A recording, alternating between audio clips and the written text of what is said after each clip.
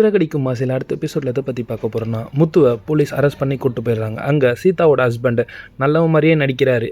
ஐயோ, அவன் என் ரிலேஷன் அந்த மாதிரி ஆள்லாம் இல்லை, அவர் தப்பான ஆள் இல்லை, ஆஃப்டர் அவர் ஒரு டிரைவர் அந்த மாதிரி பேசி அவரை வேணும்ன்ட்டே டென்ஷன் ஏற்றுறாரு. போலீஸ் ஸ்டேஷன்லேயே முத்து கத்திடுறாரு. கத்துறதை பார்த்து அந்த இன்ஸ்பெக்டருக்கு கோவம் வந்து, நீ போலீஸ் ஸ்டேஷன்லேயே உங்கள் ரவுடித்தனத்தை காட்டுறியான்னு சொல்லி லாக்கப்பில் போட்டு பூட்ட சொல்கிறாங்க. அந்த இன்ஸ்பெக்டர் கிட்ட சீதாவோட ஹஸ்பண்ட் பேசுகிறாரு. சார், எனக்கு என்னதான் இருந்தாலும் நீதி நேர்மை நியாயம் இதுதான் சார். அவன் என்னதான் இருந்தாலும் தப்பு பண்ணியிருக்கான். அவனை மினிமம் ஒரு 6 மாதமாச்சு ஜெயிலில் போட்டு கழித்துன வைங்க சார். அப்போ தான் அவன் அடங்குவான், அவன் உன்னோட கொழுப்புலாம் அடங்கும் அப்படின்னு சொல்லுவாங்க.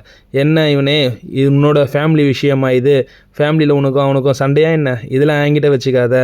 எனக்கு என்னவோ தெரியாது, நல்லது எது கெட்டது எதோ அதுக்கேற்ற மாதிரி தான் பண்ணுவான். அவன் குத்தம் பண்ணியிருந்தானா உண்மையாக அவன் தண்டனை அனுபவிப்பான்.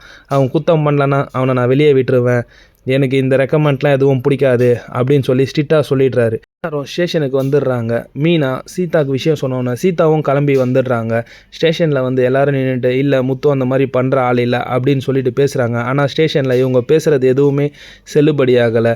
அதனால் என்ன பண்ணுறேன்னு யோசிச்சுட்டு இருக்கும்போது அங்கே பலகுரல் ஒரு நல்ல அட்வொகேட்டை கூப்பிட்டு வந்துடுறாங்க. அட்வொகேட் அங்கே போலீஸை கேள்வி கேட்குறாங்க. இவர் தான் ஆளை வச்சு அடைச்சதுக்கு என்ன இருக்குது உங்களுக்கு ஆதாரம், எப்படி நீங்கள் இவரை அரெஸ்ட் பண்ணலாம், இந்த மாதிரி ஆதாரம் இல்லாமல் ஒருத்தர் அரெஸ்ட் பண்ணி ஸ்டேஷனில் வைக்கிறது சட்டப்படி குற்றம் அப்படின்னு அவர் லா பேசின உடனே இன்ஸ்பெக்டரால் பதில் சொல்ல முடியும். இல்லை, பாதிக்கப்பட்டவங்க முத்துவை தான் சொல்கிறாங்க. என்னதான் இருக்கட்டும் சார், அடித்ததுக்கு ஏதாவது எவிடன்ஸ் இருக்கா, ஃபோட்டோ இதுவோ, அவர் போனது உண்மை, அங்கே விஷயம் பேசினது உண்மை, சண்டை நடந்தது உண்மை, ஆனால் என் கட்சிக்காரர் அவங்க மேலே கை வைக்கலை, இதுக்கு என்கிட்ட ஆதாரம் இருக்குதுன்னு சொல்லி பேசுகிறாங்க.